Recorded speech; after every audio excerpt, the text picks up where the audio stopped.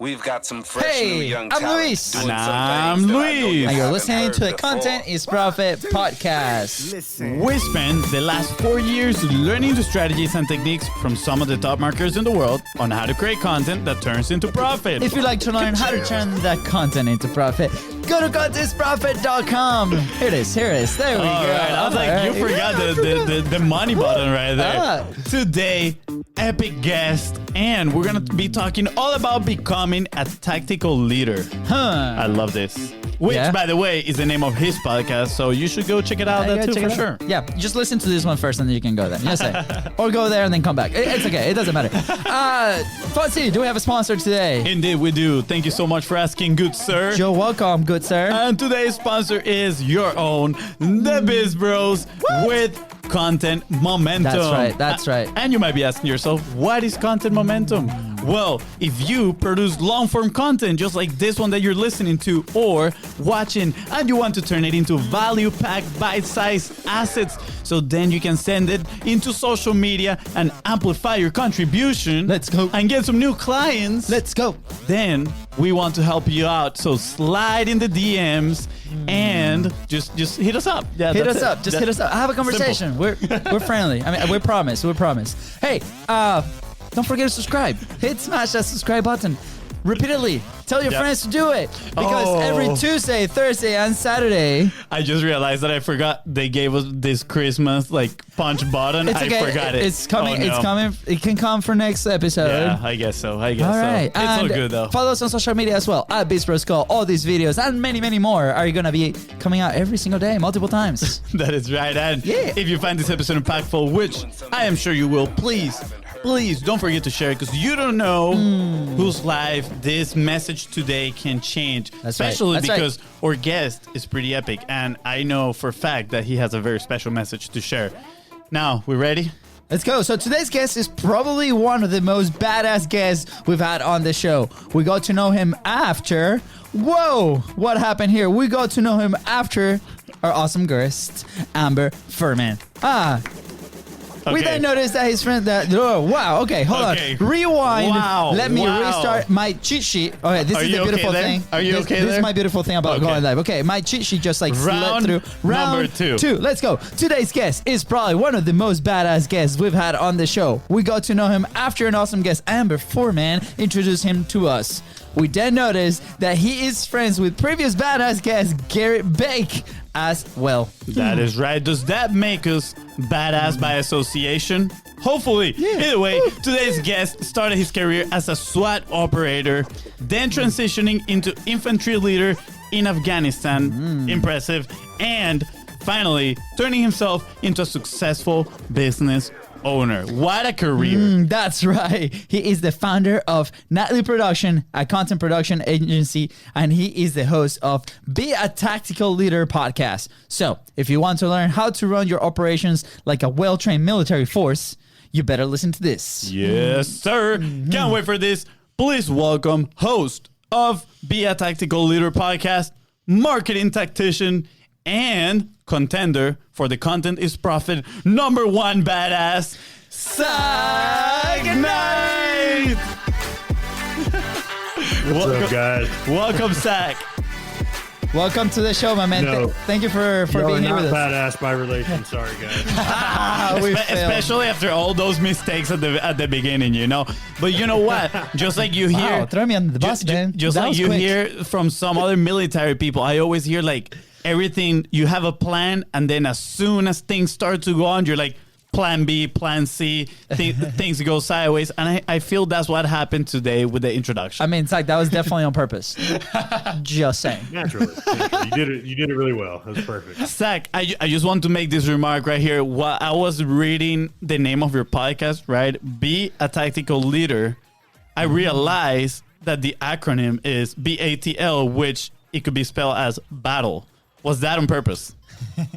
It was all my strategy, my coaching, everything's battle plan, battle buddies. I really took it from the military and tried to play it off a little bit. Wow, that's pretty cool. I love it. Love it. I mean, I think we're getting right into the meat right away. So we might have to go back to your story real quick, but I'm very interested because a lot of people, like on the content space, struggle with the name of whatever they're launching, right? Like we did for the longest time. And then we're like, you know what? The show is going to be called Content is Profit because that is what we believe in. That's a message that we want to send out. Whoever loves it is going to listen to it. We're going to make the message be that filter.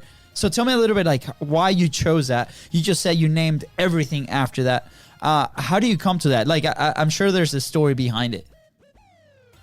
Yeah, honestly, originally, so the podcast itself is Tactical Leadership, the podcast, and it's more of the stories of tactical leaders throughout different industries. What came from that is Be a Tactical Leader, and that's the coaching brand and everything you see that I actually represent pushing forward. So it goes from the show where the inception was my background. You know, I'm very focused on tactics. Tactics themselves are, you know, the art of getting stuff done, essentially. And then my journey of leadership as I've gone through to talk to other leaders. So there you go, Tactical Leadership. I wanted to see how people could create tactics or use tactics in their own journeys to create successful winning cultures. Yeah. And from that came, how do you be a tactical leader, right? What's a great tactic? It's how to actually do it, how to accomplish it. Yeah. You know, everything's great as strategy, but you'd have to have action behind it to get it done. Absolutely. Wow. Love it. Sweet, man. Like, thank you. You just literally just gave the framework on how to name your stuff, which I feel like people get so hung up in that. So yeah, but I will say this. We've noticed that it's important to have like a proprietary name to things. Yes. Literally by naming your process differently, that the process can be very similar to somebody else's process. Absolutely. That can differentiate yourself and like carve a space in the marketplace for you. Absolutely. Dude, Zach, so where you come from, man? Because, I mean, we explained how we met you, and we had a call, and it was fascinating. I'm like, man, I wish we could, like, continue this conversation because you have your hands everywhere, and I feel like tactics have something to do with it that allows you to do this. But, like, who are you? Where are you coming from? And why you do what you do now? Yeah, man, it's a long, boring story from Atlanta. I might throw some jokes in there to make it fun stuff, you know, fancy. You ready for my jokes? Yeah. I need you to do something with it, man. I know, it's boring. But like y'all mentioned, you know, I started as a police officer in Smyrna, which is just outside of Atlanta. It's where the new Brave Stadium got built. Yeah. So I started as a police officer there, did all the fun, cool guy stuff from SWAT to narcotics to you name it, had some fun there. And honestly, it started kind of like a lot of police officers do. I wanted to give back to my local community. I grew up playing T-ball in that city, and I wanted to give back to that. And then along the way, I kind of had the realization that police officers, or myself as a police officer, I wasn't making the impact that I really, truly wanted to make. Yeah. You know, you end up finding out you're there to respond and report, not necessarily serve and protect. It really kind of, the culture shifted toward it. So I left that, my 2 weeks notice from the police department, went directly into basic training. So at 28 years old, I was the grandpa of basic training. Went from making decent money to making about 15 grand a year. That first year is pretty awful as a private in the Army. Wow. But I spent about 15 months in training, went through basic training, went through officer school, went through infantry school, got through all of that finally, thankfully. Started my first business during all of that. It's my security firm. Spent about 6 months running that, and then found out I was getting deployed, went to Afghanistan for most of 2018, 2019, the back end of 2018 into the majority of 2019 with the Army. We were attached to a Special Forces unit, did some stuff out in Afghanistan, and then came back about a year and change ago and kind of just put my nose to the ground and came back with a different perception of life, you know, a different value attached to, are we really accomplishing what we say we are? And are we really putting forth as much effort as we possibly can? And I really came back with a different level of motivation attached to that. Yeah. Wow. Incredible, man. Thank you for sharing. There's definitely zero boring in that story. I find it fascinating. I'm curious, when did you say you came back from Afghanistan? I came back in August of 2019. Wow, so very recently. Yeah, and thank you for your service. Yeah, absolutely. We're not originally from this country, but we love this country. I mean, we've been here for about 10 years, so I appreciate you guys, what you do, especially from being a policeman to a police officer to the military. So I appreciate you. We wish our country had that instead of the corrupt people that are there. Anyways, super. I went super sideways there. Yeah, sorry. That could be a podcast. That could be a podcast. That could be a podcast on its own. So we often talk here in the show that military people and athletes have this resiliency to continue, right? Like we make mistakes, we continue going. Like we're stubborn at some degree on the things that we want to achieve, and we continue to do it, and we find different ways. And our theory is that separates, those two kind of people from the regular packs, and then we're potentially able to achieve something else. And I say we because we play soccer from very young age all the way through college here in D1 schools and so on. That was the dream, right? So I think the mentality is there. Do you think that is a thing? Like, did it help you kind of start these businesses, continue on that first year of training that you made like 15 grand a year, right? Like, I'm sure that wasn't easy for you or your family. What are the things and the elements that you took from your military or police officer's life that you brought into the business side that helped you move forward and achieve what you have now? I think the best correlation, especially between athletes, military, law enforcement, the best correlation is that we're trained to accomplish a mission, right? We're trained to accomplish one goal. And that's whether that's win the game, score a goal, fight a battle, whatever that may be. You're so dead set on this is your one thing, right? And that's such a great, I believe there's a book out there called Your One Thing. I believe that's the title of it. It's slipping my mind at the moment. But, when you can focus on that one thing in particular and kind of set the distractions to the side, the one thing. It's difficult. There you go. So, you know exactly what I'm talking about. When you can have that level of focus and attach it to your daily grind, your daily hustle, and you do that for days and weeks in a row, it just keeps mounting, right? You just keep moving towards success. And I think that's one huge thing that law enforcement and military taught me. I'm sure that's what y'all learned as athletes. I grew up playing baseball, never made it to as fancy as y'all did, but that's something, you unite as a team to accomplish one similar mission. It's no different than how you should operate a business. Wow. That's amazing. I'm curious, going back to your story when you said that year that you made $15,000, right? That big change on salary. You said that same year was the same one that you started your first business.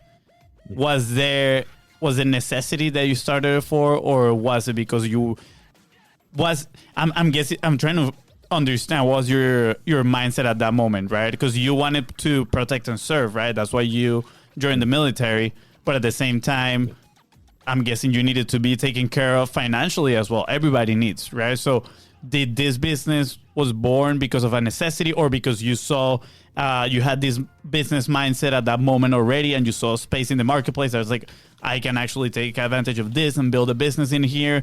Or was there any other reason? Honestly, I wasn't business minded at all. Government doesn't teach you anything about business at all. It went from, I went to basic training in November of 2016, and I started that first business in July of 2017. So about 7 months in, and it wasn't out of necessity. It wasn't out of, I had to make more money. As I was going through, I was going to make more money, and I'm on the National Guard side. So I wasn't going full active duty, where I knew December and the first of 2018, I was going to be coming back home. I had to do something. Yeah. And the reason I started that first business is called Night Protection Services. It's still running to this day. It's a security consulting firm that focuses on providing answers and solutions, where I kind of mentioned as a police officer, you're really designated to respond and report. You're not necessarily designated to prevent crime other than by being present. And it goes back to another great book I absolutely love is Start With Why, and Simon Sinek. I love his books.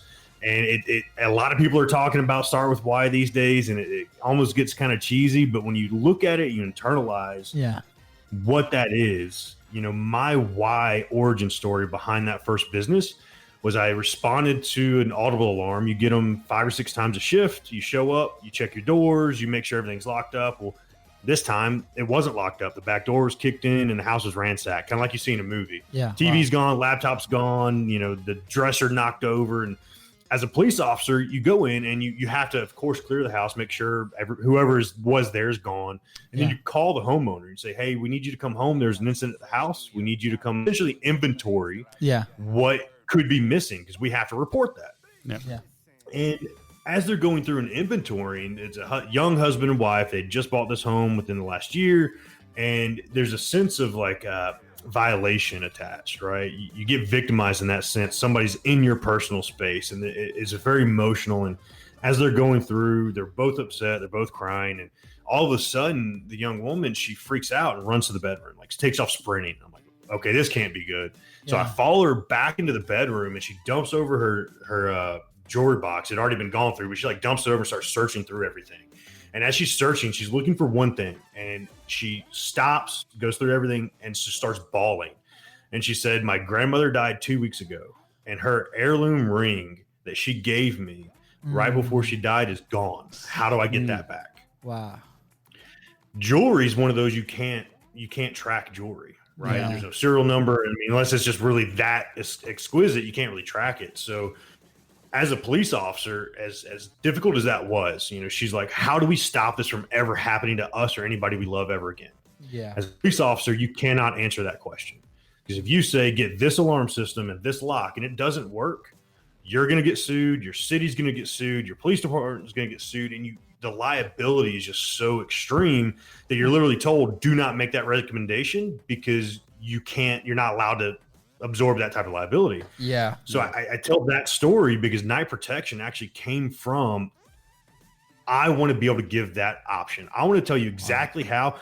If I take liability, it's on me, it's on my company. I put my name on the business because I don't want to shy away from the fact that I'm giving you my personal recommendation of what's going to keep you the safest. And that's expanded from homeowners where we started, residential, all the way up to high rises here in Atlanta. And we even travel at this point to different organizations, corporations. And the goal there, the why there is my overarching why is I want to help people who can't or won't help themselves. Yeah. Two very big distinctions, but in that type of situation, they can't help themselves. So I want to be that person that can help them. Cool. Yeah. Wow, that is pretty incredible. I love the story on how your mindset work on pretty much backtracking the problem, and it's like, there's a root to this problem that hasn't been addressed yet. Like, why do we need to wait until something happens to take action instead of being proactive and take action before, right? And I'm curious, do you apply that to your business? And with that, I want to throw in another question as well, which is, you just mentioned 2 books, right? Start with the why and the one thing. So you got the why and focus, right? And for us personally, this year has been all about focus. This was the year that we finally, turned our offer of like 20 different services to just one service, and we started focusing on that. And literally, we have seen results like crazy, like we've never seen in the last 4 years. So we know the importance of focus. What happens when you mix that with your why? Like, what happens in there as a business, as an entrepreneur? It's insane when you actually can align yourself with your passion. And I correlate passion with why. I think you're going to be passionate about your why if your why is deep enough. The why I just told you is everything. I own 6 businesses at this point. Wow. And every one of those businesses feeds off of. So I have the protection company. I also have a domestic violence nonprofit where, again, I help those who can't or won't help themselves. Yeah. Now I have the production company where it comes to people in a different sense. The only clients I onboard are clients that have a why. One of my clients has a disabled child that they want to be able to provide generational wealth where that child doesn't ever have to worry about struggling because they might not be able to have a job. Beautiful. Well, that why, I can take your why, apply it to my why. Well, you can't necessarily help yourself in this situation. I can help you achieve your why. Yeah. And if you keep focusing down that level of, you keep that passion, because that's what gets you up in the morning. If you're struggling to get up in the morning and you're like trying to get up, but you hit snooze 18 times, I get up at 4 o'clock every morning. First alarm, it's off, it's up, I'm gone. Head to the gym, get my day started, because my why is such a driving force. And if you don't have that figured out yet, if you haven't sat down to determine your why, and you're dragging get out of bed, or you think you have your why, but you're still dragging get out of bed, your why is not a big enough motivator yet. Yeah. You really kind of got to grind down into what is that's going to get me out of bed and make the devil say, oh, he's up this morning, right? Yeah. Like I love that saying, make them think, oh crap, he's up. Yeah. And then start raising all get out, So I feel like you've had your why figure out for quite some time. Like you speak with so passion. So so that's where my question is. So when you explain it, right, like it feels you're passionate about it, right? And you have a force that drives you forward. We've shared a little bit of like why we do what we do now, or why we started the company. We have family back home that we want to bring back on. We want to provide for them because they provided an amazing opportunity. That for us, like, gets us moving every single day. That, and now my family, my son, and different things that come here. And then later we can talk about the impact in Venezuela, that we can go back and rebuild the country with other people that are doing amazing things, right? These are massive endeavors, and we need to be able to get up at 4 a.m. in the morning and be like, holy crap, like they woke up, right? So when you explain this to us, I feel the passion. But when I just mentioned like I feel that you have it figured out, you're like, no way. So my question was gonna go like, well, when did you figure it out? Now that you don't have it figured out, like, what is that process, right? Because a lot of people might be struggling with their why. We did for many years. I did for many years personally, right? Like, I personally feel I still do. Like, I know part of my why, which is our family, but at the same time, I'm so curious to hear your answer. Yeah, so I mean, that's where I'm going, right? Because if I personally feel like if we wait to figure out the why, then nothing happens, right? So we have to like execute while we're doing this, and then as you execute, you're gonna it's gonna start uncovering, right? It's like the fog moves away. So for you, what's that process like? How did it start, and what are you currently doing to continue that momentum with your why? Yeah, and you have to realize it's very fluid, right? Yeah. My why from the first business I started went from being very macro to now I'm very, very focused, and that's something I've developed more recently. It really shifted in Afghanistan. We lost a handful of guys during operations that I was directly involved in planning. It's really tough when, a young guy, he was about 3 months from getting out of the military, left a wife and kids. And, it was one of his last operations, and he's not coming home.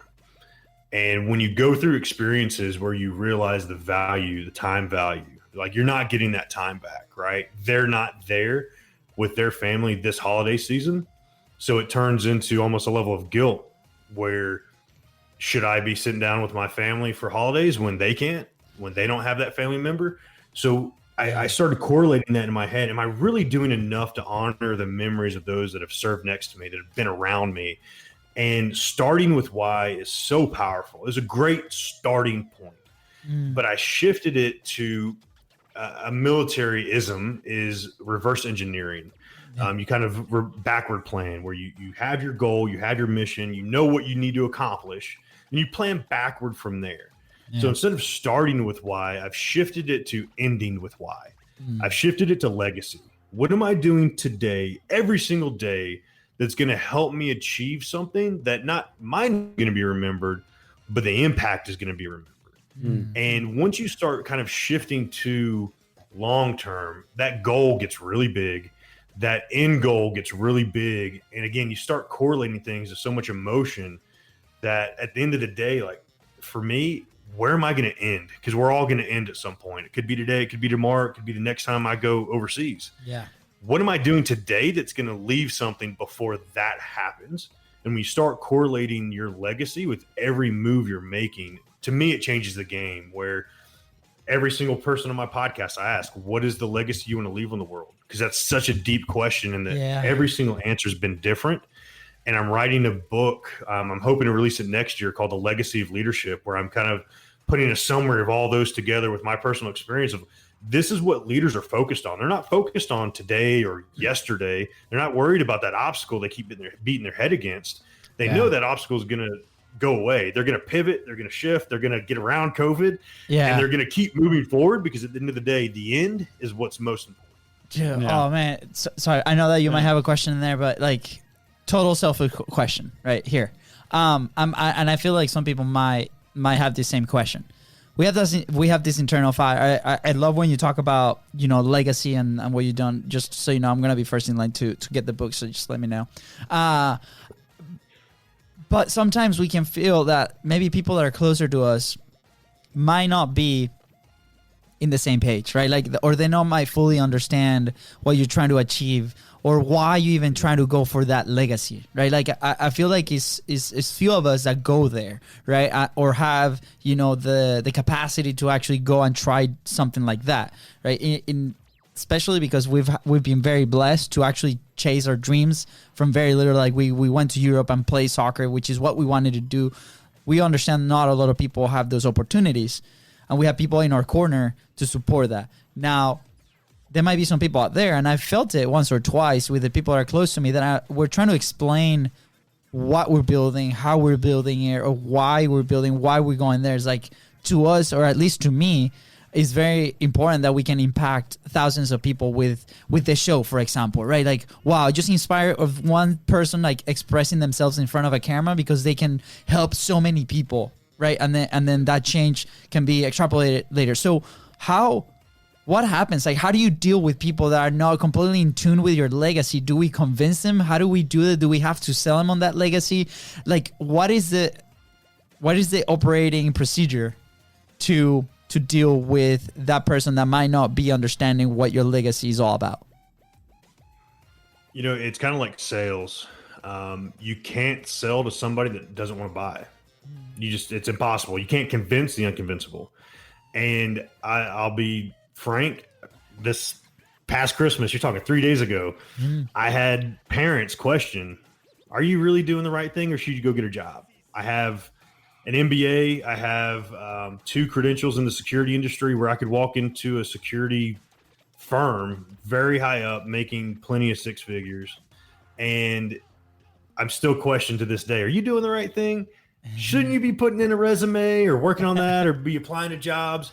Man, when I tell you, it is a constant struggle of people around me that, Gary Vee, we talked about it kind of before the show. Gary Vee kind of opened my eyes to, sometimes you got to cut certain things out of your life, right? And Jim Rohn said it best, you are the sum of the 5 people you surround yourself with. And I wholeheartedly believe that, where if you're going to surround yourself around folks that, want to drag you down, because that's what I see it as. I see it as dragging you down. You have that negativity, because we already have those thoughts. Yeah. Trust me, I think all the time, it would be so much easier to go get a job that just pays me to sit in the office 8 hours a day, and then I can just shut it down. How easy would that be? Yeah. And then I remember my why.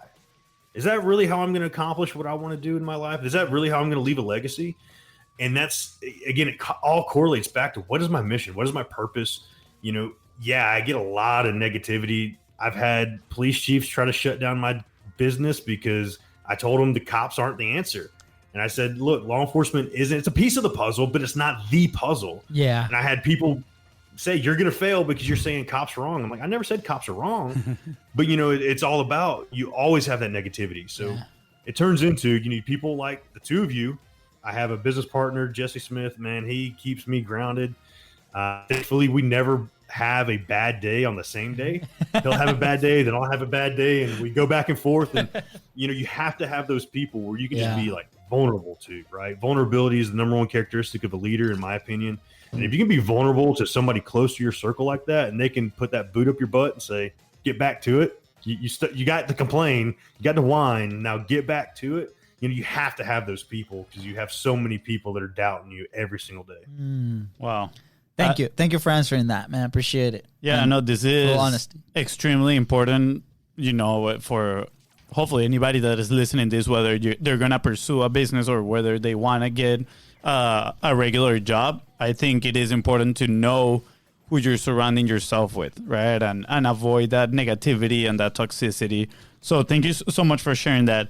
And you mentioned that you have 6 businesses. I did not know that. I thought you had 2 businesses, right? I kept the secrets. I did not tell him that. The production company and the security firm. So when you said 6, I'm like, wow, that is incredible, right? But at the same time, right, and this might be a little contradicting, we can get, like, if you have any challenging ideas, please bring them on, right? But we were talking about focus. So immediately, as you said, six businesses, I'm like, wow, like that seems like a lot, right? Like we're managing one and it's a challenge. Right, so well, he's managing one, and I'm like I'm like cheering here on the sideline, right? And so you say 6, and I'm like, wow, man, that is crazy. How does he keep his focus on, on all of them? And immediately my mind was, it must be that tactical leadership, right, that you're talking about, and now you're talking about vulnerability, right? And that is the number one characteristic of a leader. So I would like to transition this a little bit into that.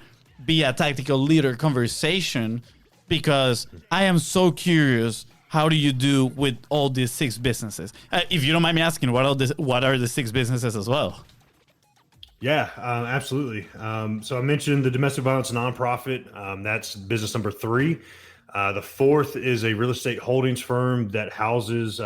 We buy pre-COVID. We were planning on buying apartment complexes that will house people going through our domestic violence programs. And the domestic violence nonprofit, our leading program is women's self-defense. So we really focus on that piece of where nonprofits are great, but if you can't teach a lasting habit, you're just throwing money at a problem that's not getting solved. So I feel like we're solving, not getting victimized again by teaching self-defense. And then I mentioned Jesse earlier. He and I own the Worldwide Dance Challenge. And then My Creative District, which we talked about the summit that's coming up off air, but both of those I have part ownership in, where the Worldwide Dance Challenge is in 25 countries in the first 7 months, straight to the website. That's huge. It's in the middle of season 1 right now. And then My Creative District is the parent company that essentially is talent development over that, where week 3, we had a young kid, Angelo from South Africa, come on the show. By week 6, he was signed to Universal and 10x'd his revenue in South Africa. Wow. So you look at all of that. To throw another curveball at you, I've been on active duty military orders since April. Wow. Due to COVID and due to the civil unrest, all the riots that happened, I was in charge of several hundred soldiers here in Atlanta, just managing testing sites and security around. And now I'm full-time in a school on Fort Benning. Because of that, I'm getting promoted to a captain in the Army. So Congrats. Now I'm in a full-time, I think. Yeah, thanks. Maybe. But now I'm, 9 to 5. I'm in a classroom learning more. Yeah. And all of that goes back to one thing. And it sounds crazy. Yeah, there's a lot of shit happening. Excuse me. A lot of stuff happening. Good. I know we're live. We can't bleep that. Sorry. There's a lot of stuff happening. And I say it goes back to one thing. It goes back to 2 things. The first one is each one of those pieces feed off each other. The dance challenge, the purpose partner is our nonprofit, where now the nonprofit is a worldwide organization getting its message out there, where we have a podcast, Surviving to Thriving, the podcast. That's the name of the nonprofit. It's the purpose partner of the dance challenge. So we feed everything into each other and it just keeps going. The security firm obviously plays a part in all of that with the housing, with the individuals. So literally it all feeds into helping those that can't or won't help themselves. The dance challenge seems kind of off the wall, but my business partner used to dance with Justin Timberlake, Rihanna. I mean, he's been there, done that. He was part of like the Step Up movies. And then all of a sudden COVID hits and he loses hand over fist, right? Wow. And he calls me up one day. We're in a mastermind together. He calls me up and he said, I don't know what to do. I can't do anything right now. I'm like, yes, you can. And this is what we're going to do. And we came up with this idea. That's a very short version. There's a lot more that goes into that. Yeah, I bet. But then it turned into his why. He wants to help every dancer in every part of the world that can't come to America for American Idol. So you think you can dance, World of Dance. All you need on that show is a cell phone and 2G Wi-Fi. And that's where the production company came from. Yeah. We created the production company to then edit all of that together, where now you have a performance and a 3-minute audition reel that you can submit to somebody when you wouldn't have had that otherwise. Right. So again, they all feed off of each other. And at the end of the day, the military, it is my service piece for sure. Yeah. But it's teaching me how to manage people on a higher level, a higher skill. Where else can you learn leadership than on a battlefield where you say 2 words under gunfire and people move? Yeah. Otherwise, lives are lost. And one of the biggest things, one of my quotes that I love. I wouldn't say my quote. I'm sure I stole it from somebody, but you mentioned my acronym earlier, BATL. And I have a lot of things that I talk about from the battlefield to the boardroom. And you talk about be a tactical leader in that battlefield. We all fight to be leaders in our own right, and taking those from different industries into the boardroom, and lots of life lessons. So it really, again, turns back to that one focus. I want to help people that can't or won't help themselves. And that keeps me focused on each of those different pieces. And then they all feed off of each other, which is a really long-winded way to say I'm a very busy man. But, like, I understand it now. Like, I love the part that they all feed into each other. I mean, definitely you seem to be an extremely busy person, but you seem a busy person with a real purpose, right? A real why behind you. And you mentioned I think, hold on, but I think it's busy with execution, right? Because exactly. I don't want the busy to be taken as, hey, I'm just doing stuff. It's like, with tactical execution, right? It's like, hey, we're doing this because of this reason, and then this is going to help these people, and this is the impact. I'm sure we've all heard that phrase that is like, a business is not the same as busyness. Like, people confuse those two. And I feel, I'm not gonna lie, sometimes I feel like I get caught up in the busyness and not necessarily doing the things that are gonna move the business forward. And I'm like, oh, I don't have enough time, but I'm just, maybe investing my time in the activities, not in the right activities.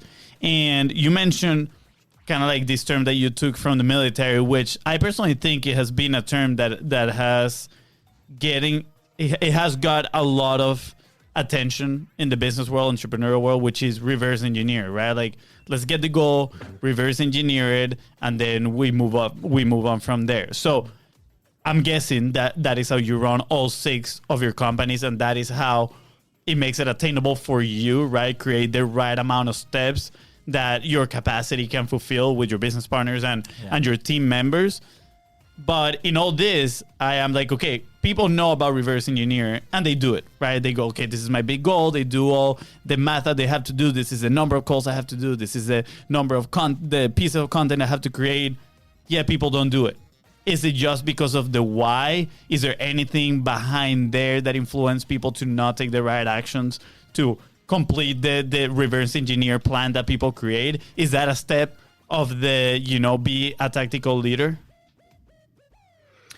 It is. And I think it's something that a lot of folks get overwhelmed very quickly when you start talking about micro content and trying to put all this out there. If you really look at the definition of tactic or tactical, it really focuses on an action or a strategy carefully planned to achieve a specific end. And that specific end, you have to define that. Again, you reverse engineer. So you find that specific end. What is that end goal, that end state? And it could be of the day. It could be of the week, of the month, of the year. I always love doing it. We talk about reverse engineering, and you talk about maybe a content strategy. Where do you want your content to be in a year? All right. What about at month 11? What do you have to have achieved by month 11 to reach that goal? And you take another step back at month 10, and you can do that by month. A 30-day plan, I think, is much more attainable and achievable by people, because you start looking at, a year, and that's a lot of content, right? Or that's a lot of stuff you got to do. And if you can stack a bunch of 30 days on each other, you'll be amazed by what you can get done if you start planning it in that, where at 30 days, I want to have this achieved. All right. Now at 29 days, I have to have this. At 28 days, I have to have this. And you work all the way down to that. And it's like, all of a sudden I have to make one post today. Yeah. And it can be that simple, where people just get so overwhelmed by the end state, they forget that it's step 1, 2, 3, 4, 5, that 5-meter target compared to that end goal. But you have to be able to break that down in order to kind of break it apart where it's not so overwhelming. Yeah, dude, I love it. And to bring a little bit of perspective, like right now, like with our specific case, I feel like if we would have said 9 months ago, hey, we're going to be publishing 400 pieces of content a month. How does that sound, Fonzie? Overwhelming. Very overwhelming. Sounds crazy to me. I don't put out that much content. Jeez, guys. But it's happening, right? But it started with a Facebook Live. It started with 3 shows a week, right? And then from those shows, then there's a specific output, right? So we never, I think we never reverse engineer that. We said at a macro level, we did. I was like, hey, it was a 30-day goal, right? It was like, hey, we need to be consistent. How can we be consistent? The first thing was, let's go Facebook Live last year. Just one video, 10 minutes a day. Let's create that consistency habit. Once we go comfortable with that, okay, it's like, okay, what is the next stretch goal, right? And then when COVID happened, we're like, now we have the time and capacity to do the show, right? And that's what we did. It's okay, what's the consistency on the show? Can we do 3 a week, right? That puts us at 12 episodes a month. Can we do that? Let's execute. But same thing, it was like the month. And then the next month was like, okay, we mastered this. We built a system to sustain it.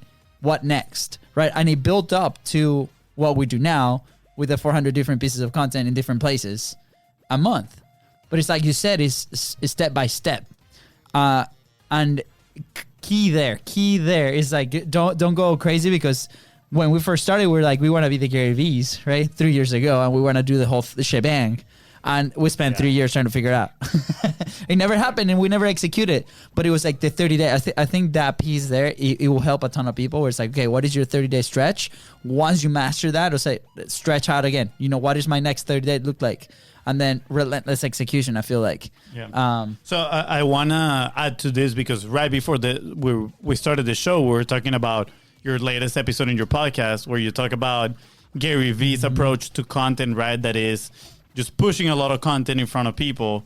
And then the approach on Grant Cardone, which he does push a lot of content a lot, but he's more aggressive. I'm going to shove it down your throat type of content, right?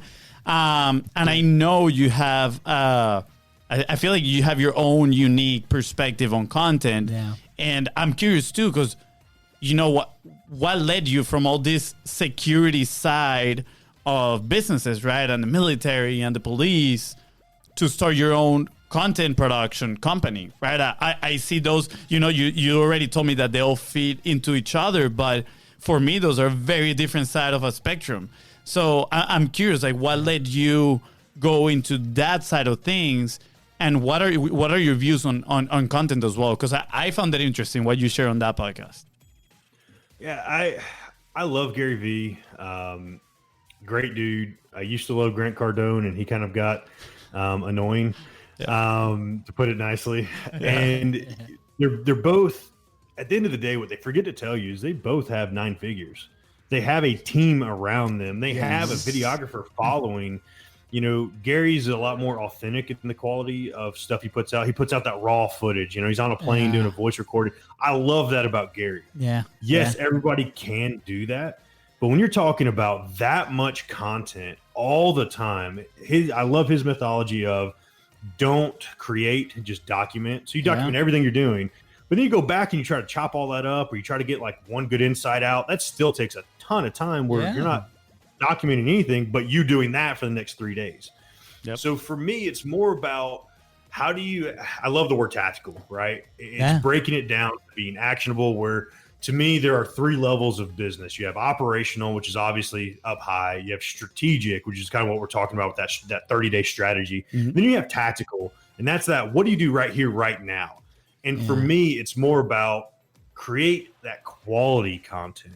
Y'all, I've seen some of the stuff y'all put out. You put that quality stuff out there, a little bit of production value behind it. You find a topic people want to hear about. It's not about 18 pieces of content a day. You could have one really great piece of content and it hits LinkedIn, and you just have to find that right platform. There's a little bit of science to it, right? But I love LinkedIn. I never had an Instagram until I had business, Facebook. I'm old enough. I wish we could go back to MySpace. But for me, like, I live on LinkedIn, and I'll throw posts on LinkedIn, and it's quality content that audience wants to hear. They see a little bit of production value behind it. That's where my content hits the best. And with that realization, I know how I need to shape my content, where I'm focused on LinkedIn, because not only is it a great platform for me, guess where a lot of my leads come from? I'm doing it in a tactical manner where I'm not just throwing content out there. What do I want to achieve with this content? Yeah. A lot of content's cool, but again, if you don't have an end state attached to what you're doing, you're just creating noise. And I think Gary, unfortunately, has a noise consistency with him where he's creating a lot of noise where I've honestly stopped ingesting. And that's even something he recommends. He's like, stop ingesting what I'm talking about and go do it. All right, cool, Gary, I did. And I'm not listening to your stuff anymore. Sorry, bro. Yeah. But it's one of those, you got to take that action attached to go ahead and put something out, right? Yeah, it could be the worst. Go back and listen to episode 1. And it's terrible on my podcast. Oh, it's so bad. Don't go listen to that. He's so fun. But, you know, that's what it is. Like, what's the end state of that one piece of content? What do you want to achieve with that one piece of content? What value are you providing with it? And then worry about that next piece of content. Yeah. There's something. I'm sorry. I know you might want to say something here, but you're good. I love what you're saying about the quality, right? And for us, when we were starting and we wanted to, you know, post like Gary V 80,000 times a day, we didn't sit down and think about his $20,000 to $40,000 per month team that he has behind all the content, right? So obviously, immediately we became overwhelmed. And what we started telling ourselves was quality of the message is more important than quality of the production. And that was the kind of like the mantra that we started living. And it changed everything, because now we were focusing on, okay, instead of making it look pretty, let's focus on delivering a quality message out there. And that started changing things. That's when we started doing the one Facebook Live every single day. But now we were focusing on what we were saying. And we discovered, guess what? If the quality of the message is there, people are going to resonate. You start, you know, getting more business. And eventually, it will lead to an increase of quality of production. So for us, I was like, wow, that is incredible. And that's what I'm listening with you as well, right? It's like, you need to understand what your capacity is. Yeah. And be honest with yourself and say, can I actually do this? And sometimes it's no. Sometimes you only have the time to write one quality piece of content a week, right? And I know this sounds a little bit contradicting because of the fact that we publish a lot, right? But the time that we spend now, we have a team behind us that help us. But mainly the content that we create is this right here, is the podcast, right? The time that we invest is these conversations that we're having with the incredible guests, right? Just like you, Zach. And now we have our team on the back that they help us repurpose that in a way that we can share it in other platforms. And you mentioned noise, which is so cool, because not too long ago I was listening to Christopher Loghead. I don't know if you're familiar with him. And if you're not, and if you're listening and you're not familiar with Christopher Loghead, I definitely recommend him. He has a podcast. I forgot the name of his podcast, but he's the author of the book Play Bigger, and it's amazing. And he was talking about noise, right? He says, I hate noise. I hate people that just put noise in social media. And he said, I look for every single thing that I post to make a contribution, right? And I don't know if you noticed, but at the very beginning of the episode, when we were doing the sponsorship, right, which is a shameless plug way to, put our services in front of people, we said, if you want to amplify your contribution, right? Because we've noticed that in the market, repurposing is very tied to amplifying noise, right? It's like, okay, let me just grab a bunch of things inside of your message and just publish it out there. And me personally, I was like, I don't align with that, but I love what we do, right? And I do find value in what we do. And part of our system is to determine the right pieces of content that would actually benefit someone on the other side, right? So how do we amplify that contribution? And I love it because even though we are more high volume content, right? And you are on the side of, let me put the one piece of content that I know is going to be quality, right? It's kind of like different sides of the spectrum there a little bit. I think we both align on the sense of we want to contribute to the person on the other side, right? Yeah. We want the person on the other side to get something out of it that it can move the needle forward. Yeah, I also recognize a word here and a term that is framework. Like you came up with your own framework, right? Mm-hmm. Like how are you comfortable on executing your strategy, whatever that's business, content, whatever, right? Like that was something that for us was very foreign when we started. And once we kind of took in that word and that term and we started applying it to everything that we did, it really helped us move the wheel. And that's what I've recognized from your story is like you came up with your own framework. You saw what works and you continue to execute on what works, right? Like we took, and we've shared this in other episodes, in our specific case, we change our perspective to what if, right? What if we try these things because we have the capacity and we have the resources to actually deploy it? Not a lot of people do. And on the business side, we can help with that.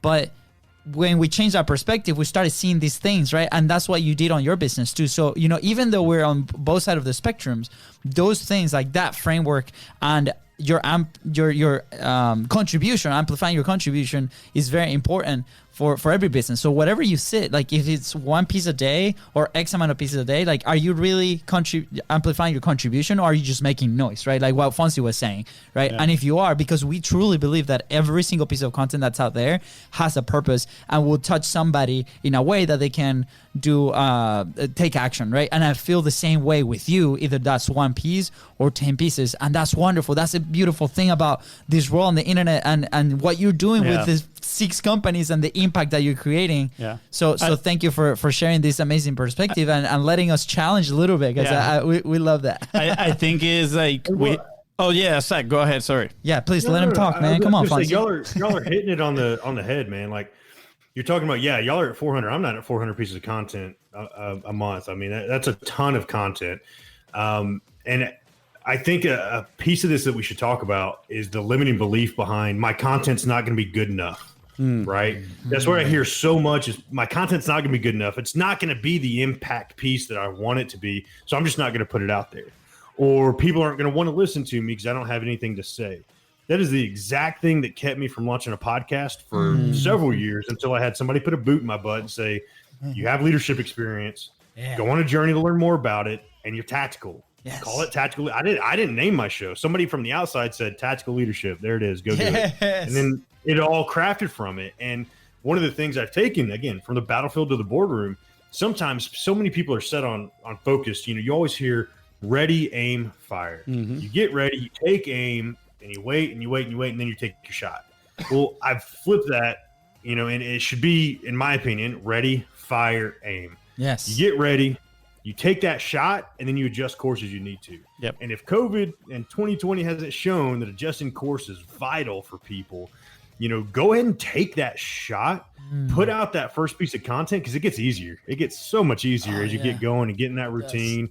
And you get over that limiting belief of nobody wants to listen to me, where people still don't want to listen to me, but it's cool. You know, I have a podcast. I have a face made for podcasting. So, you know, it works. And you just have to get past that, because a lot of people are so worried and tied up in that. Like, just get past it, start putting out that content, and it gets better. Like y'all said, that production quality continues to go up. Yeah. And I found that interesting what you just mentioned, because one of the biggest benefits personally I've experienced through podcasting and just publishing in general is not the gain of an audience, right? Or the new business. Is actually the fact that now I'm more comfortable sharing my ideas, right? Whether that is in front of a camera or in an actual conversation in real life. Now I'm like, you know what? This is how I think now. I'm now able to express myself in a more clear way, and in a more clear way, in a clearly way. I think that's the right way to say it. Yeah, your English is not very good looking. My English is not very good looking. It's okay. But, you know, Zach, like that, there's so many benefits that most people don't really talk about when it comes to publishing, which are huge, right? But people, I feel like they only see the side on like, oh, this piece of content didn't go viral. It didn't work out, right? And guess what? At first, I think it's actually how do you call it, an advantage that people don't watch your content, because then you can mess up as many times as you can and be comfortable with messing up, right? I mean, this is episode 124, Zach, and you heard the intro. You heard the mess that my brother became on the intro, right?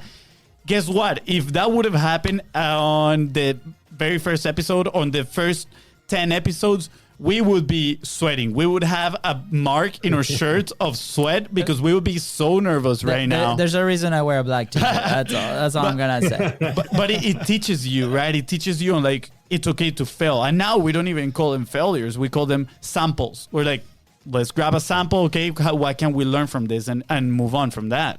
So Thank you for bringing that point. That is amazing. And I love the whole content is not good enough, limiting belief, because I think that's definitely top 3 reasons why people don't publish.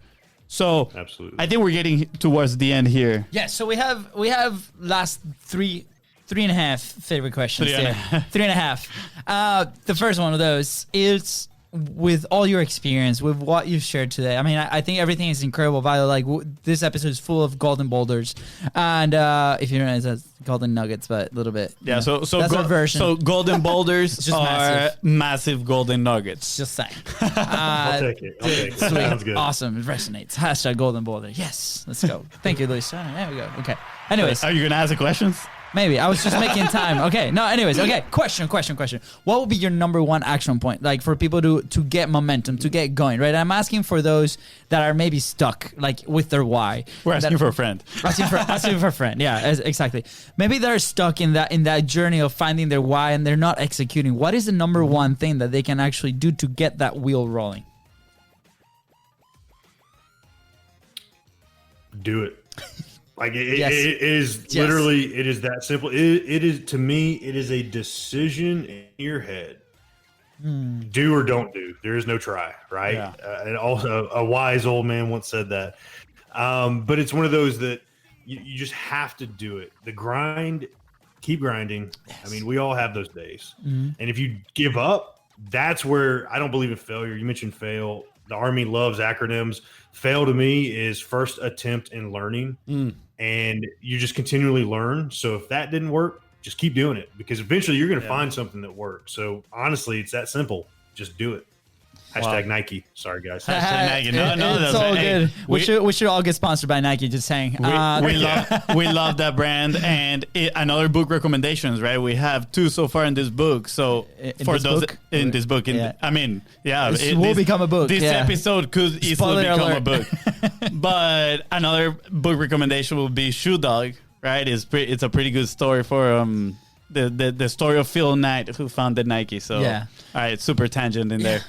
I mean, it cannot get as simple as that, right? Like, just start. Like, if you're feeling that resistance, that might be an indicator that that's the one thing that you need to do. And we've learned that if we feel that, then let's tackle it. There's always a lesson, right? Like, if it works, great. If it doesn't, great too. Like, there's a lesson there, and then we move forward. It's just gonna bump us in the right direction.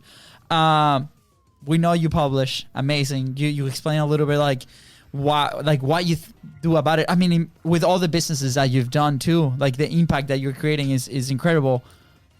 This is probably my favorite question, right? Like, where would you be if you did not publish? A cop on the streets of Atlanta still. Oh man, don't make me think about that. All joking aside, man, podcasting is the one thing that has been the biggest growth point in every one of my businesses. From my wife runs the nonprofit and that podcast. I ran this one. My business partner, I forced him to run a podcast for my creative district, where, again, we're reaching people, the networking and the learning opportunities attached. Man, I've had people from Germany, Australia, all across Asia reach out to me to come on my show, where I would have never have met those people if I didn't have content out there, where now it's essentially just inbound leads, more or less. Like the funnel I've created attached to podcasting. It's like, I never look for a guest, because there's always somebody that wants to share their story of tactical leadership. And then it just turns into referrals and more guests and business. And end of the day, it's the best marketing tool I've ever used. Yeah. Don't tell our secrets to everybody. Hang on. Can we edit that out? Is it too late? Yeah, we'll definitely cut this part out right here. There we go. We got some comments coming in. That's me, power couple. Let's go, Heather. Right. There she is. Yeah, she's the brains behind the operation. Let's go. And, we've shared many times, like, this is the one thing that shifted everything. So glad that, when we had that experience, that to me was terrifying, where we lost about 80% of our business. Fonzie was like, dude, this is the time. We had those 5 episodes that we recorded about a year ago. Forget about those in the vault. We're never going to ever show that, maybe. But then he's like, let's get it done, dude. Following your action point, just go ahead and do it, man. We recorded the first 5 episodes. We did them live. To this day, 124 episodes live. Same with you. Like, we've been able to develop amazing relationships. So if you get out there, publish, get it out. For us, podcasting has been a great vehicle. For you, Zach, also as well. But it doesn't have to be a podcast if that adds friction to it. Find the thing, right? And eventually, this vehicle allows you to develop amazing relationships, meet wonderful people, right? My wife is so scared that I don't have friends in Jacksonville, which I do. but then, like every single week, we're making this creating this amazing relationship with 3 amazing guests from all over the world, right? And the world just becomes smaller, and people are like, hey, you should meet this guy, you should meet that person, you should go and talk to that company. Opportunities just start flying from everywhere. Absolutely. So highly recommended. Yeah, I do have one. And what's the worst that could happen? I mean, at the end of the day, what's the worst that could happen? Yep. Yes. Like, yes. Nobody watches it. Like, who cares? Literally, what is the worst thing that could happen? And once you embrace that, like, nothing bad could really happen from that. Once you embrace, like, hey, cool, nobody's gonna watch my stuff. Yep. Now I don't have to be embarrassed. So I'm gonna go ahead and put it out there. Yeah. Absolutely. Too easy. We've actually found that you gain more from doing it and like the worst case scenario happening than from not doing it at all, right? Because like, let's say you do it and nobody watches it, the connection fails, you do a technical mistake, everything, like you burn your office, whatever, but you still publish. Like, there's one lesson in there that you're gonna learn, right? Yeah. But in contrast, if you don't do anything and just stand still, nothing happens. And one of my favorite quotes is actually from Tom Bilyeu. He says, I prefer to move 100 miles an hour in the wrong direction than standing still. And it's because in that 100 mile per hour journey that he's taking, he's learning. But if you're standing still, there's nothing to learn in there. So before we say goodbye, I do have one more question. So you said the number one characteristic of a leader is being vulnerability. What is the number one characteristic of a tactical leader? Oh, that was good. Not just being vulnerable. That's a great question. Not just being vulnerable. Vulnerability is great, and you can be vulnerable, but it doesn't do anything if you don't act on it. Right? We've talked about action the whole time. You can be vulnerable to yourself.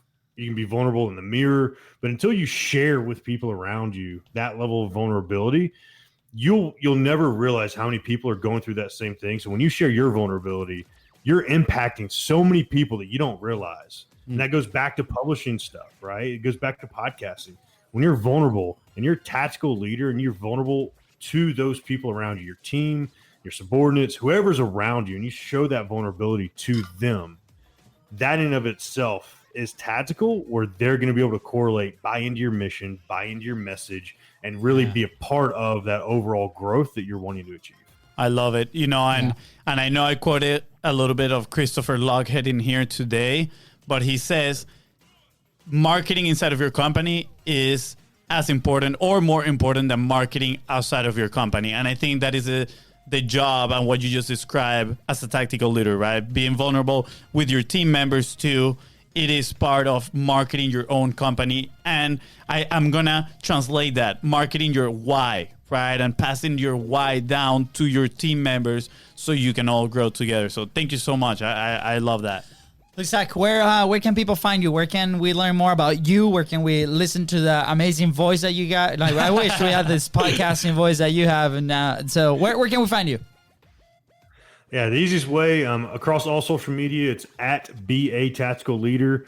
The website's beatacticalleader.com. I host the podcast there. And then me personally, you can find at Zack A. Knight across all social media. Easy to find. And my phone number is actually my cell phone number on there. I love to have a direct connect, or reach right out or hit my Calendly, get a schedule called with me, and I'd love to hear from folks. Hey, well, I'm definitely gonna I'm gonna put your number in my phone, and then whenever we go to not you. Oh man, no. Fonzie, you didn't make the cut, Fonzie. I'm sorry, man. I was gonna say whenever we go to Georgia over there, I'll be like, Zach, I'm here. No, it's gonna ignore you. Definitely, we have a good time. But I won't be calling you at 4 a.m. in the morning. Just throwing that out there. We'll go to the gym. It'll be good. Yeah, exactly. Yeah, he needs to. Look at this. I definitely need to go to the gym. Zach, any last thoughts that you want to share that we might have missed throughout the show today? Man, I think this was a great conversation. I appreciate y'all having me, and I hope that the audience just takes the three of us at our word of, go get stuff done, put the content out there, and just keep driving forward, because it's going to win, and you're going to do well. Absolutely. Dude, thank you, Zack. And with that being said, guys, thank you so much for tuning into the Contents Profit Podcast. Go ahead and subscribe. Smash that subscribe button and follow us on social media at Beast Bros Go. That is right. And if you find this episode impactful, which I am sure you did, because Zack was awesome, don't forget to share it and leave a 5-star review. Thank you. Bye, guys.